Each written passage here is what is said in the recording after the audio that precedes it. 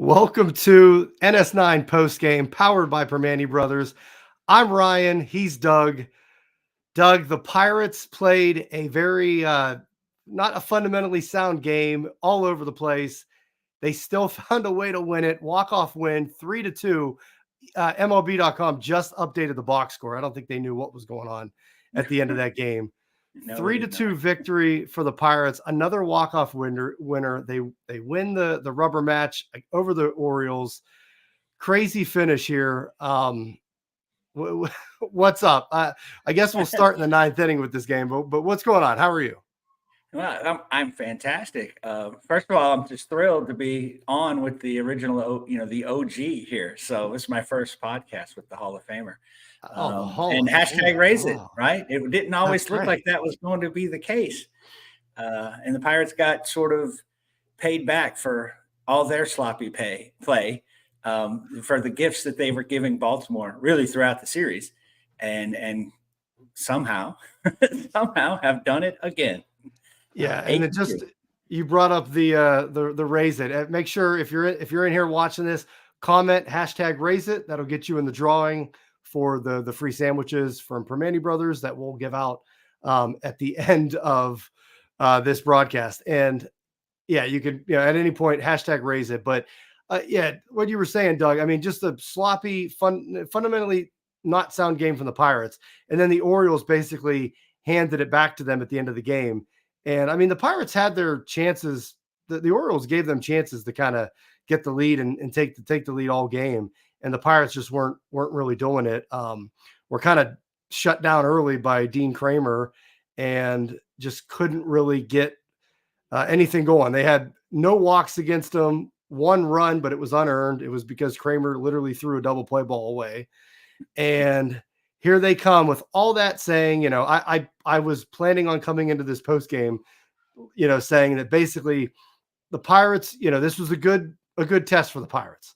A good Orioles team, won 101 games last year, young, good team. And it was a good test for them, and they just weren't there. Well, after all of that, here they are, rubber match. They end up pulling it out in the ninth inning and getting the win. So, I mean, the Pirates just keep battling back. We've seen it all throughout this early part of the season. And they didn't look great for the first 8 innings, but then they're right there, have a chance to win it, and they do it. Yeah, they sure don't give up. I mean, they don't hang their heads. They keep go out there. You're right. I mean, they're not fundamentally sound. And it's been a great start. It's 8-2. With every passing day, the Marlins sweep doesn't look as impressive. Washington's not very good, but like you said, this is a 101-win team. People are predicting big things out of this team, and they took 2 out of 3. They took the series. It was not pretty, right? I mean, it just wasn't pretty. Yesterday they seemingly had the game in hand, and then today, man, thrown out at home. Triolo sort of kind of hung up around second, and if he just would have kept going, perhaps he scores. And most likely scores because he was barely up. The couldn't hand, the really, and Baltimore was doing everything perfectly there for a while, right? They took that carom off the wall, made the relay, got Triolo out at home, whereas the Pirates, took their carom off the wall, and it, ended up with guys in second and third, no outs. And the bottom of the 6th, those 2 fantastic defensive plays to get Reynolds and Hayes out. You're like, oh man, I mean, but then you're like I said, Kramer throws one away. We get one there. He pitched really well today. And, I'm still not sure how it happened, but they keep doing it. It's hard. Finding a way. Yeah, I mean, it's amazing because they look like they're trying to give the game away sometimes, but just sloppy defensive plays. They turn double plays pretty well, but they don't run the base pass well. And again, against good teams like Baltimore, that stuff's usually going to cost you. And today somehow they eke it out. And it looked like they were going to kind of botch that, right? Bases loaded, nobody out. That's the thing. You get bases loaded, even when it was first and third, no outs. I'm like, just get the run home, just get a fly ball, worry about tying the game up, and then we'll worry about winning it.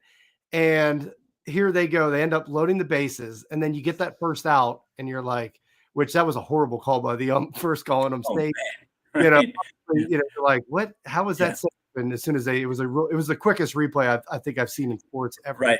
I don't think they even looked. I think the other ump said, "Man, you missed that by a mile. Let's go." Right. Let's wrap this up. Didn't even have time to get the headset on, and they were like, "No, he's out." So you get that play, and now it's bases loaded, one out, and you're thinking, "Okay, they're going to lose now, aren't they?" And that's kind of where this game's been. And then Olivares gets the ground ball to second. Gunnar, sort of. I didn't even get to see the replay because we were jumping on here, but he sort of kind of fumbled with it or kind of hesitated with it, got the out at second, threw it to first and threw it away. It just was trying to get it over there as quick as he can. And the Pirates do it again, scored 2 on that play end up, but that was the game right there. And, you talk about that play, and the Pirates had the send home in the third inning, where I don't have a problem with the send home. I mean, it was a close play at the plate. And, he was out, but it was Trullo at second base. Like, you got to know what's going on there. Like, that ball was never being caught. It was either a home run or it was going to be off the wall. And Trullo's got to, he's just got to run it. At least at that point, you're already at second base. If it's caught, okay, you're going to be doubled off. You're out. Big deal.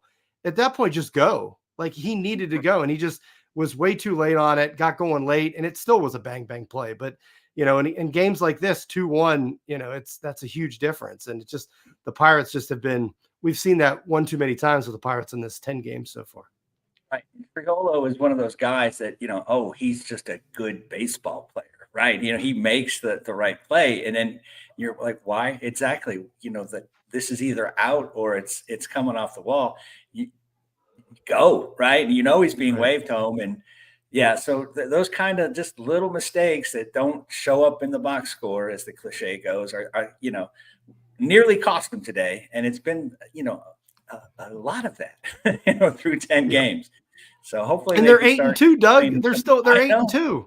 We're 8-2. Bednar's blown 2 saves, right? Mitch Keller hasn't pitched well, and they're 8-2. So, maybe this is the beginning of something special. Who knows?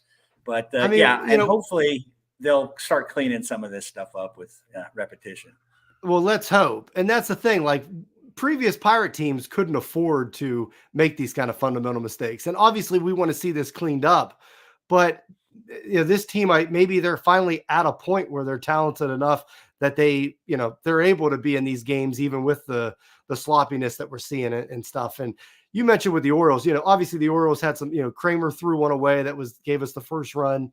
And then at the end of the game, Gunnar just trying to make that play and couldn't get it. But, they had their mistakes too, but they also had just stellar defense pretty much all series. Like, they were taking hits away left and right from these guys. So, overall, like, the Pirates bats today, they scattered some hits against Kramer. Kramer, he's a fine pitcher. He's not dominant by any means. But Pirates just couldn't get anything going really against him. I mean, he's no Brady Falter. Let's be real, right? Right. Definitely not. But that's the thing. I mean, Pirates are winning games with that Falter is starting and looking good, and then they're winning games that they're sloppy through the whole thing. And kudos again to, we'll talk about Marco Gonzalez here. The bullpen, the bullpen played a big role in this game, keeping the Orioles to 2 runs. Ronesy Day, he came in, looked great out of the bullpen. We had that game a couple of days ago where Ronesy, it went that extra inning and probably shouldn't have. And the Pirates ended up, blowing that. But he looked great today. I think it was an inning and 2/3 before they put Hernandez in, who just got caught up. But how are you liking? Yeah, how are you liking Ronesy? 5 outs on 11 pitches. 5 outs on 11 pitches. You can't ask for better. He was efficient. He looked good. He looked confident. He looked like he had a sense of purpose last year. I never saw that. He just looked lost all the time. I think even in the start where he gave up the runs most recently, he looked a little unsure of himself, and clearly he needs to have some of that swagger back. So these kind of outings can hopefully contribute to that. But yeah, I mean, the recipe for this team is get it to the bullpen. But Marco Gonzalez had a really nice start. He's had 2 really good starts.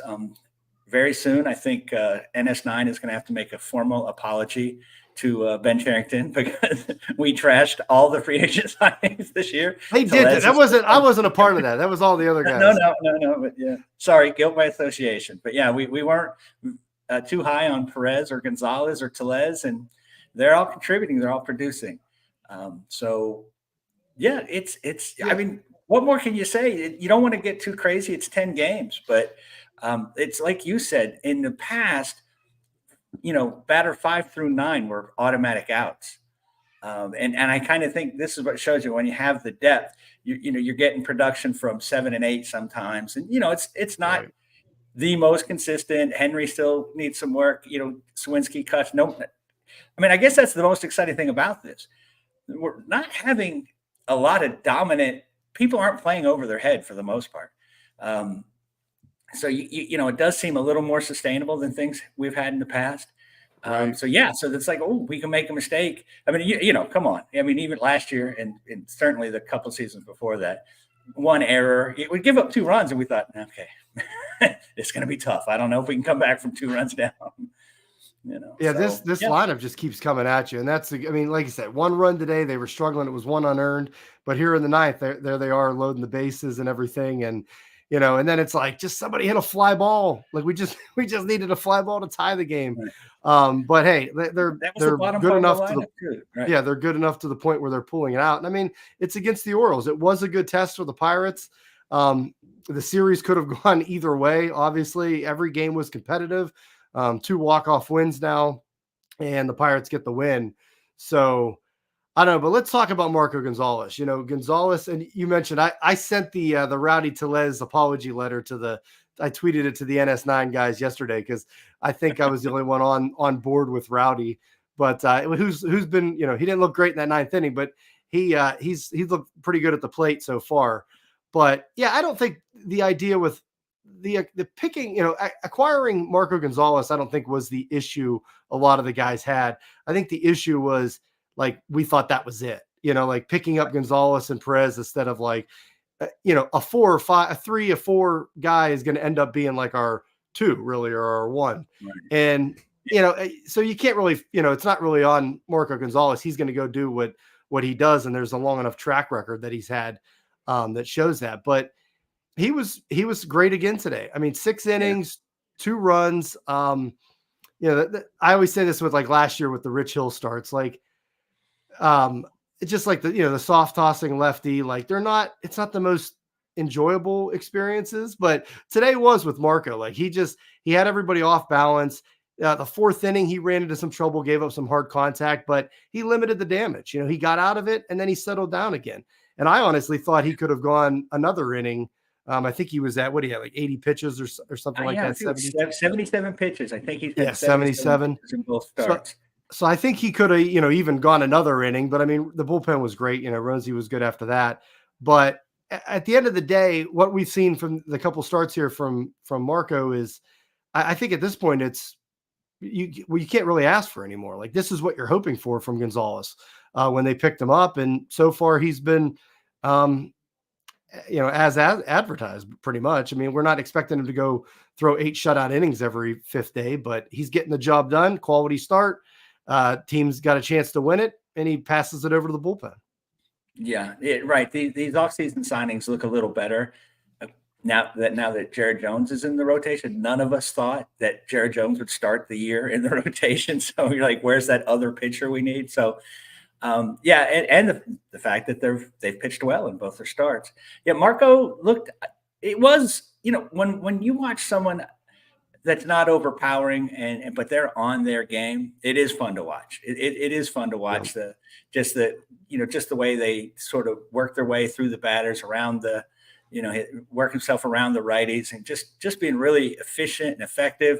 I agree he could have gone a seventh inning, but this team's bullpen is its greatest strength, I think, and I think Shelty's going to try to take advantage of that. We see Barucki went down, and Hernandez comes up, and he does. He comes right in and don't really miss a beat. So, yeah. Like I said, Holderman, Majinski, we haven't even, we haven't seen them. Hopefully they'll be back soon, but the bullpen's been really good. Yeah. I think we definitely have to realize that Indianapolis contains part of our bullpen, right? I think guys are going to they're going to get overused and shuttled in and out. And we'll get some of those 10-day mysterious injuries to bring someone up, to give someone a rest, that sort of thing. But yeah, the bullpen has been as advertised. And as you said, it's not even at its full strength. I mean, two of the best guys from the bullpen last year were Holderman and Majinski, and Bednar. Those were the top three. Bednar's not been great yet. But these other guys have been really, really good. Fleming has looked good. Hernandez, I mean, on and on. It's definitely done what we've hoped they would do and have asked them to do. And it certainly makes you, again, you're down 2-1. You're thinking, all right, if we can just tie it up. All right, if we just get one more run, the bullpen will get us home. So, it's a good recipe for success. And the recipe would be a little better if they added some fundamental play. Right? It sure would. It sure would. One little ingredient. Well, again, if you're in the chat, #raise it. Put it in the comments. You'll get put in the draw for the end of the broadcast here when we give away some free sandwiches. As Primanti's, man, they might shut us down at this point. We're giving away 8 wins out of 10 games. I mean, this is I don't know if they signed up for all this, but #raise it. Get it in there. Get them free sandwiches. We'll have that here soon. But we have a new subscriber too. A new subscriber, Forever Bleeding Green. Oh, I want to welcome and embrace him, but he's a Celtics fan and I'm a Sixers fan, so it's a lukewarm welcome. But no, thanks for joining us, Forever Bleeding Green. We ain't talking NBA, Doug. That's out of my scope there. But again, I mean, you hate with me though. Come on, you can hate, right? But yeah, I mean, as far as I think I'm on the Marco Gonzalez post-game show.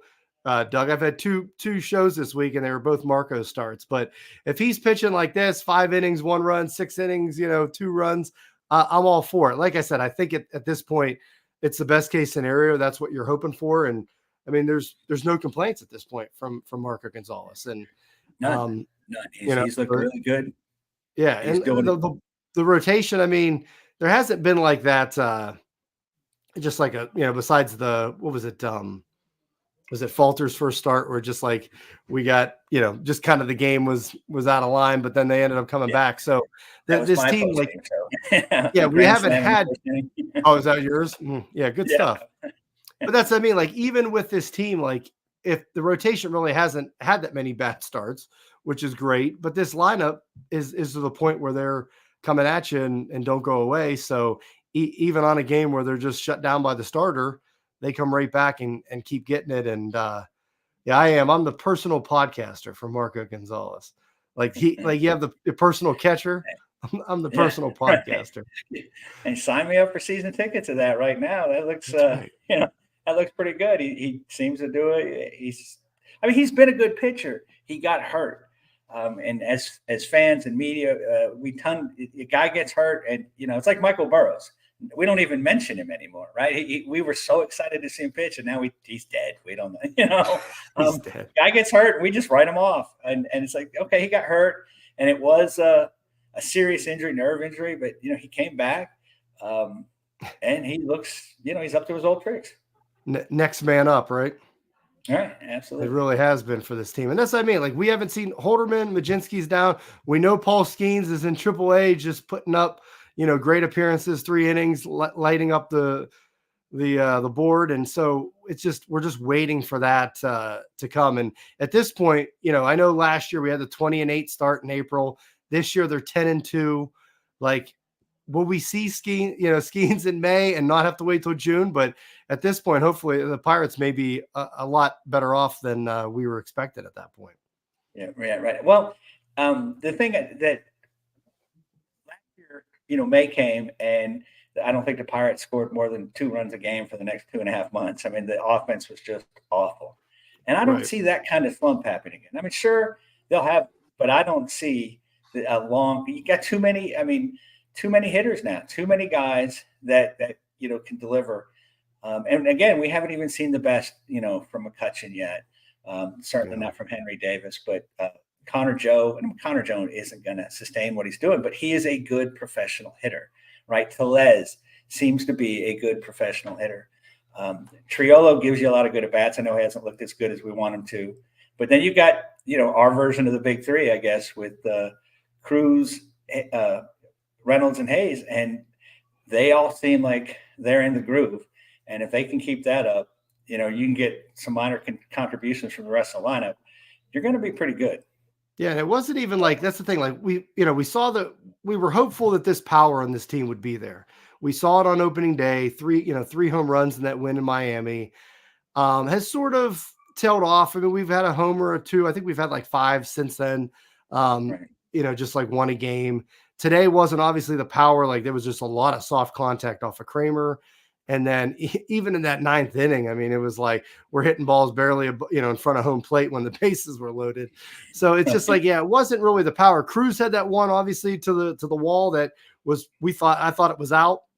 And apparently so did Triolo, or he thought it was going to be caught, or just didn't decide to run. But it's, like the comments right here, his approach is Cruz's approach has been great. And he's hitting 333. And I don't even think like he's had like that many moments where it's like he's not like just blistering the ball everywhere, but he's still got great numbers, 864 OPS. Like he's still getting it done. And it's just like, wait till we start seeing him like blister balls all over the field and start knocking out. Like once this power really starts coming for him and some of these guys, like, what could this lineup really be? Yeah. When that power merges with the approach that he has now, right. Again, if you're a 220 hitter and you have 25 home runs and then suddenly become, and I'm not going to say a 330 hitter, it becomes a 275 hitter. You're going to, you're going to run into some when you're having this good approach, and that the pitchers know they just can't throw, junk that you're getting. He's not going to get himself out like he was earlier in his career. So, I think Joe Block said on the radio today that he's got more. He's got like 7 opposite field hits so far this season, and he's saying that's more than he had in his whole career. So, right. I mean, that's at 10 games in, that's saying. It's saying a lot on both ends of it. Like, my goodness, why didn't you have more? I mean, he hasn't even played a whole season yet. But and with Cruz, like, I mean, coming off that injury, I was just hoping like in April to see like that he was healthy and still, it was still kind of the same guy at the plate and on the field, and he could still play short and move. And I mean, he took those out in spring training, like all those question marks. He just, he's good to go. Like he was killing it in spring training, and now he started the season, and he's been, what we've seen from him has been so encouraging. And like I said, like you said, when the power comes, really starts coming, it's going to be fun to watch. Yeah, go ahead. I'm sorry. No, go ahead. We'll finish that thought, and then we'll go to the next. It's an 8-2 start, and there is so much room for improvement, right? And so, I mean, it's something to be enthused about. It's like they're not. I mean, last year they were sort of playing over their heads, right? We all were seeing it. I mean, everybody was, G1 Bay seemed like 20 bases in the first 3 weeks, and Swinsky got hot, he started out slow, but then he got really, really hot when we went to Colorado and Washington, and we haven't seen anything, sort of like that. It's just been kind of grinding it out. Everybody sort of just kind of doing their job, right? And then again, getting it to the bullpen and getting to the other team's bullpen. That's something this team wasn't so great today, but generally speaking, a lot of those other teams are throwing 170 pitches to our 115, and that'll certainly add up in a series. And it's encouraging. They're playing well, but still have a lot of room to grow and improve. Yep. And you're going to have that with a young team. And just going through the lineup here, like Hayes, a couple hits today. Sawinski had the 1 hit. They were getting singles, but nothing, like I said, not too much hard contact. Olivares with the 2 hits. Triolo had a hit. Henry Davis, Doug, I guess we got to have a conversation there. He, started off the season, wasn't looking great, had a couple games that looked like, okay, Henry Davis is that guy. He's going to be good. And he's been great behind the plate. Don't get me wrong. Now it's like we're shifting. We were concerned, okay, what's he going to be like? Is he going to be that catcher? Is he going to be like the guy behind the plate? We know the bat's there. Now it's like he's hitting 133. Are we hitting? I mean, it's 10 games in, so we shouldn't be hitting the panic button on anything. But are we getting worried on Henry Davis's bat? I mean, you have to have a little concern, right? I mean, it's and again, when you add in that he has to catch 5 and 6 games a week, I mean, I don't think that'll continue on, especially if Joey Bart has a couple more games like he did yesterday. But yeah, he was drafted as a hitter. I mean, immediately there was, he's probably not going to catch, and but last year it looked like he would never catch, right? I mean, you're like, they won't let. They him. weren't even putting him there. Like He was, yeah. He was a defensive replacement. They don't like him being that close to the plate, right? So, right. So yeah, and then I know he had one game this year he had 2 doubles. I mean, he had a sacrifice fly today, but he's got to be more than just a productive out every now and again. I mean, I think his OPS is 400. I mean, it's terrible. He's looking pretty bad. Yeah, 443. Right. And we want more than that out of the slugging alone. So right. Yeah. He's a young player. We've seen it from him. He just needs to be consistent and really find a groove there. And I thought with him being the catcher and not having to worry about, all right, I'm in right field today, I'm DH and I'm catching, like he was kind of moving all over last year. Like you said, wasn't even at the catcher position. I don't know if that affected his game at the plate too, but now with him just basically being the catcher, I was hoping that he would kind of get into the groove there at the plate, but hasn't really shown it yet to date. Yeah, I thought part of his problem last year is that, if you would have asked Henry Davis what he does for a living, he would tell you he's a catcher, right? And then they put him in right field with sort of no warning, and I thought that messed with his head. It hurt. I mean, they really made it so obvious that they had no faith in his catching. I think that hurt his pride, and and then he struggled in the field, so and he took that to the plate with him. I thought this year he's all right. He's the catcher. They've shown it. I mean, he's played all but 2 games. So they're not shying away. They're not replacing him in the 7th inning or anything like that. And so I thought that would kind of get his confidence and swagger back. And, and I understand there's, we said this a lot about Endy last year, right? He's got all this stuff that he has to focus on behind the plate. So he doesn't get to put as much energy and focus into hitting, but 133, I mean, it's early and that, a 2-hit game will turn that right around, but he's got to do better and he's got to start doing better soon. There's a good comment here too. We waited 2 years for Hayes to become that guy and really kind of put everything together. So, we can give Davis some slack. That's a good thing about this lineup.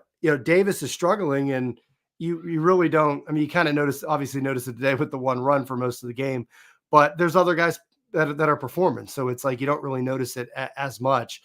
I wanted to bring up this, Doug, real quick, again, get the raise it's in, hashtag raise it. We'll do the drawing for the Primanti sandwiches here coming up. Were you surprised McCutchen 2 days in a row out of the lineup? I know there was a lot of talk on Twitter before the game about that. I was curious about that. With this team and the way they communicate to us, and you just, when you see something like that doesn't really lack of communication. Like, yeah, exactly. How they do not communicate with us. I'm curious. I don't want to. I mean, he's struggling. Maybe maybe he's asked for 2 days off to get a little extra work in in the cage or something. I don't know. But yeah, he's not looked good. I'm not real worried about him. Certainly, he's going to slow down as he ages, but I don't expect the drop off from last year to be that extreme. He was really good last year, and last year was one of his better years in a way. So hopefully it's not an outlier. But I still have confidence in him.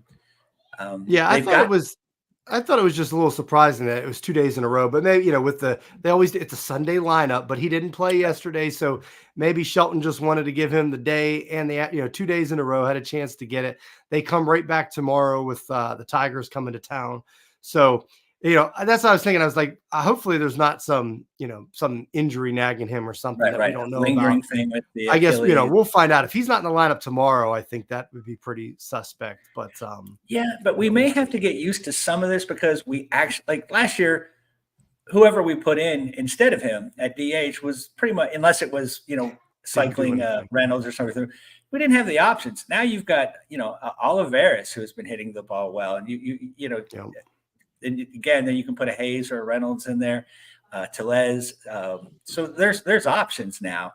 So it's a little easier to give him a rest. And I'm sure he's going to play less than at the pace he was playing last year. And that makes sense.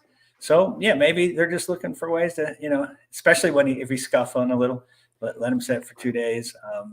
So we'll see. But, again, I'm my big, and it's not, I'm not that concerned, but my hope is that it's not a lingering, elbow or, Achilles or something like that. I think you're right. When they first signed him before last season, a lot of it was, okay, he's going to play part-time, like 60, 70, 80 games. And he ended up playing a lot more. Maybe this is the year where, like you said, the team's better. There's more options. He's a year older. Maybe he's just not going to get, 5 starts a week or something like, so he probably, maybe will be playing less. But I know there was a lot of chatter about that on Twitter before the game. But anything else, Doug, in here? I mean, I guess this will be our last call for our hashtag Raise It's. Get it in here. We'll do the drawing here in a couple minutes. But anything else on this game that you wanted to talk about? No, I think we've covered it pretty well. It was it was a good close game. It was fun to pay attention to. Again, a little sloppy, but that's starting to be with a consistently kind of sloppy. I would like to see him clean that up. But I've always given Shelton credit for this. His teams play hard for him. From even in those terrible at the end of the season, they were still scraping and grinding. So that's a nice quality for a team to have. And they don't give up. They don't give up. And some of these times, I mean, that was an all-star closer that came in. Didn't look like it after, but right. This is a good team, and that's what. You need to win at home. You need to be able to beat good teams, and they took 2 out of 3 from Baltimore. Yeah, you heard it from Doug there, everybody. The Pirates are a good team. It's official. Yeah, I said that 10-2. There's going to be no collapse in May or later this month. 10. We're good. But no, you're right. I mean, at this point, to take 2 or 3 from the Orioles after the sloppiness that we saw from this team is almost crazy. It's crazy. It's really unbelievable that they took 2 or 3 in that. And they could have, I mean, they were in the other game. So, I mean, that's the other thing too. Like the 2 losses this year, they haven't been, it's not like they've been out of games pretty early. Like you said, that Falter game, and they came right back and, tied it. So yeah, they've been battling, but all right, let's get into the drawing here. Hashtag Raise It, get them in. Pirates are a good team. There it is, Jim. Yeah. Doug, you heard it here first. I'll stand by. I think it's fair at this point. All right. And I have a right to scale back my statements. Right. All right. So let's get into this here. Let me see if I know how to do this. I gotta turn my camera for a second here. Let me see if I know what I'm doing. Well, while you do that, remind people to sign up. Get a membership. Support us with a membership. Subscribe. Yep. Thank you for reminding me there, Doug. Yeah, NS9 memberships. Get your MVP. All right, can you see that, Doug? I do. Good? All right, here we go. Let's do the drawing. We got 80 entries in here. Here we go. Trying to think who won. Somebody won 2 of these in a row.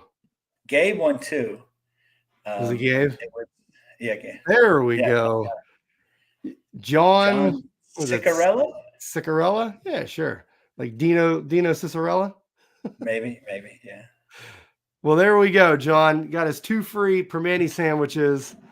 I'm sure Donardo will be messaging you, or I'm actually not sure how they do that. Actually, they have to send us your address. Send it to Donardo or Jim, the CEO. Yeah, DM North Shore 9. He's in here. Donardo's all over it. He's in here. John, congrats to John. Got the 2 Primanti sandwiches. I'm telling you, man, we're gonna be giving these out. Pirates keep winning. Let's go. 100 wins. A lot of fat Pirate fans this year. That would be good. I'd be for it. So, all right, that is it, Doug. Let's get out of here. So, NS9 Postgame. We are out. Pirates win. Take 2 or 3 from the Orioles. See you guys. Someone will be here tomorrow, guys. Come back and join us. Let's go.